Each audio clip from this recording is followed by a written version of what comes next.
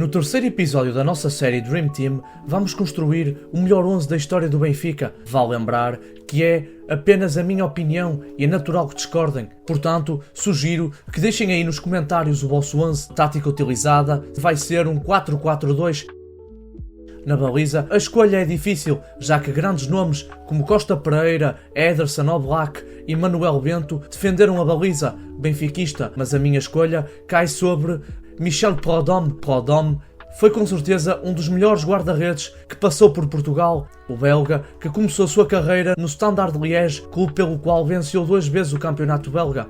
Depois mudou-se para o KV Mechelen, onde venceu a Taça da Bélgica, mas o destaque foi para a Taça das Taças, em 1988, onde os belgas venceram o Ajax por 1-0, e já no final da temporada 1993-94, falava-se da vinda de Prudhomme para o Benfica, o jogador que também chegou a estar associado ao Futebol Clube do Porto e a vários clubes italianos. Muitos discordavam desta contratação, mas o Mundial de 1994 dissiparia todas estas dúvidas e desconfianças, já que Saint-Michel, pela Bélgica, fez uma excelente campanha, apesar da Bélgica ter caído nos oitavos de final, onde Prudhomme fez uma exibição fantástica frente à Alemanha, apesar da derrota por 3-2. Prudhomme, que também ajudou os belgas a vencer a Holanda em um grupo onde Holanda, Bélgica e Arábia Saudita todos terminaram com 6 pontos. De qualquer forma, Prudhomme foi eleito o melhor guarda-redes do Mundial, à frente de Taffarel, por exemplo, que venceu a prova. Prudhomme, de 1,82 metros de altura, trazia com os seus reflexos rápidos a sua leitura de jogo,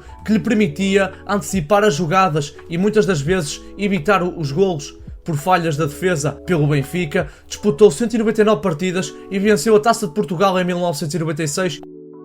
Como lateral direito, o escolhido é António Veloso. Veloso começou a sua carreira na São Joanense em 1978, mudou-se para o Beira-Mar, onde começou a destacar-se e a chamar a atenção de clubes grandes. Em 1980, assinou pelo Benfica, clube pelo qual defendeu durante 15 temporadas. Na primeira temporada, 1980-1981, venceu o campeonato e a Taça de Portugal. Veloso era um jogador polivalente, pois podia jogar como lateral direito, lateral esquerdo e na São Joanense chegou a ser avançado. Veloso destacava-se por ser um jogador dedicado e bastante competente defensivamente e ofensivamente. Durante 7 temporadas, foi o capitão do Benfica, clube pelo qual jogou cerca de 535 vezes. Pelo Benfica disputou 3 finais europeias, na derrota 1-0 frente ao Anderlecht na final da Taça UEFA em 1983, na final da Taça dos Clubes Campeões Europeus em 1988 frente ao PSV, onde o Benfica perdeu nos penaltis. Veloso, que inclusivamente falhou a última cobrança do Benfica, que deu o título aos holandeses, e também esteve presente na final de Viena em 1990, onde o Benfica perdeu 1-0 com o Milan. Pelo Benfica, conquistou 19 títulos, 7 campeonatos, 6 taças de Portugal, 3 supertaças, 2 taças de honra de Lisboa e uma taça ibérica.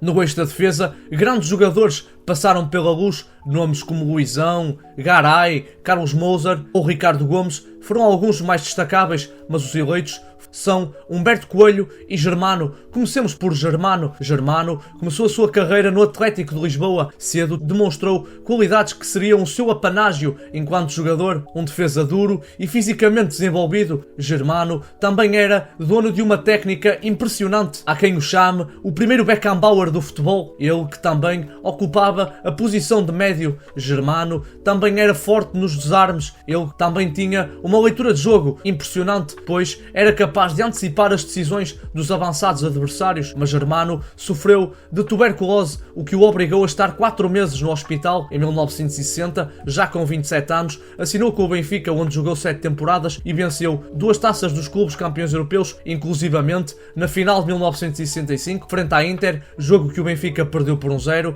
devido à lesão de Costa Pereira. Germano ocupou a função de guarda-redes e manteve a baliza benfiquista a zeros. O seu companheiro na defesa é Humberto Coelho, ele que chegou ao Benfica em 1968 e rapidamente assumiu-se como titular. Ficou no Benfica até 1975, onde fez parte da equipa de Jimmy Hagan, que venceria 3 campeonatos seguidos e venceria 29 jogos de forma consecutiva no campeonato, recorde que até hoje ninguém quebrou. Humberto Coelho era um central bastante completo, de destacar a sua qualidade a marcar golos, o defesa mais goleador da história dos encarnados, com 77 golos, uma espécie de Ronald Koeman do Benfica, ele que tinha um excelente jogo de cabeça e era muito bom no jogo aéreo. Em 1975, mudou-se para o PSG em 2 temporadas pelos parisienses, realizou 48 partidas e também teve uma breve passagem pelos Estados Unidos, mas voltaria ao Benfica em 1977 para mais 8 anos de águia ao peito, onde venceria mais títulos e se consagrou como um líder dentro de campo. Como lateral esquerdo, o eleito é o sueco Stefan Schwarz. Apesar de só ter ficado no Benfica por 3 anos, foi sempre muito acarinhado pelos adeptos. Em 3 anos, realizou 111 partidas pelos encarnados, chegou à luz pela mão de Eriksson em 1991, ficou 3 anos e sempre foi titular pelos encarnados, venceu um campeonato e uma taça de Portugal. Ele era um jogador com bastante inteligência dentro de campo, o seu passe também era bastante apurado, seja em passos longos, curtos ou diagonais. Era um jogador com um bom controle de bola e leitura de jogo, sendo um jogador bastante importante no funcionamento da equipa. Agora vamos para o meio campo. Como médios mais recuados, temos 2 referências do Benfica, Mário Coluna e Tony. Comecemos por Mário Coluna, o monstro sagrado, como também é conhecido. Coluna chegou ao Benfica em 1954, clube pelo qual jogou durante 16 anos. Quando chegou ao Benfica, o Sporting era a força dominante, já que tinha acabado de se sagrar tetracampeão. Quando chegou ao Benfica, chegou para ser avançado, mas as oportunidades no setor eram poucas, por isso Otto Glória decidiu recuar Coluna no terreno de jogo e assim começou uma história de sucesso. Coluna tinha uma visão de jogo, uma técnica e uma força física impressionantes. Ele que era uma espécie de marca-passo do Benfica, muitas vezes ditando o ritmo do jogo da equipa. Coluna realizou 520 partidas pelo Benfica. Em 16 anos, venceu 10 campeonatos, 2 taças dos clubes campeões europeus e disputou 5 finais europeias e assim tornou-se uma das maiores referências dos encarnados. O seu parceiro no meio campo é Tony, que começou a dar nas vistas no Anadia pela mão de Mário Wilson, chegou à Académica e depois, em 1968, ao Benfica. Tony, que fez parte de um Benfica dos anos 70, onde jogadores experientes como Eusébio e António Simões brilhavam juntamente com jovens promissores como Humberto Coelho, Tony, Shell ou Vítor Batista. Tony fez parte do Benfica vitorioso de Jimmy Hagan. Tony tornou-se um líder dentro de campo e ocupava a função de capitão. Ele, que era dono de uma excelente técnica e qualidade no seu passe, vestiu durante 14 anos as cores do Benfica, venceu 8 campeonatos e o carinho dos benfiquistas. Na ala esquerda do nosso meio campo, o escolhido é Fernando Chalana, o pequeno genial. Fez a sua estreia pelo Benfica em 1976, por lá ficou até 1984, conquistou 6 campeonatos e prestígio. Ele era um jogador rápido e com fintas fantásticas, rasgava as defesas adversárias e abria espaços para que jogadores como o Nené marcassem. Em 1984, mudou-se para o Bordeaux depois de 3 anos sem grande sucesso em França.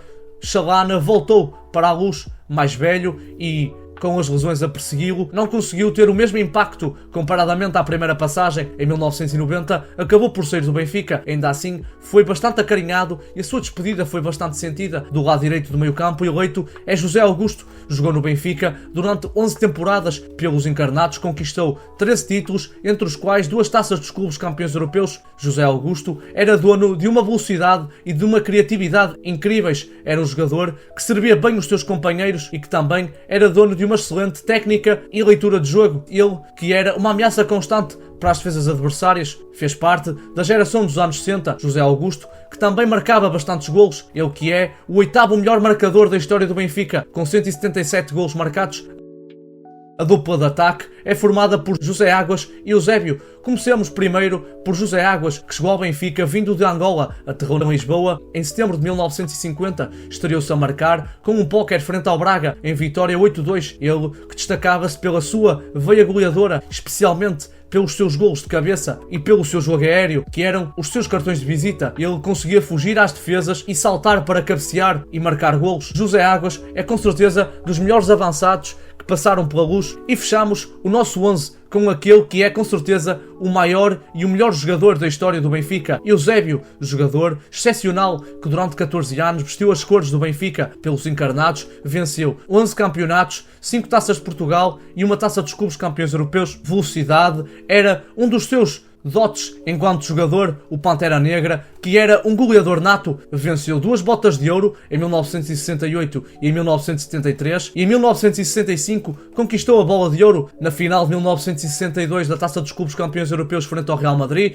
jogo que o Benfica venceu por 5-3. Eusébio marcou 2 golos e fez uma exibição de luxo, ele que ainda jogaria mais 3 finais europeias, mas perderia as 3. Bela Gutmann, que o chamava de um menino de ouro, ele que até hoje é o melhor marcador da história do Benfica, com 480 golos em partidas oficiais. Este foi o vídeo, espero que vocês tenham gostado. Deixem um like, compartilhem, subscrevam e ativem o sininho para não perderem nada.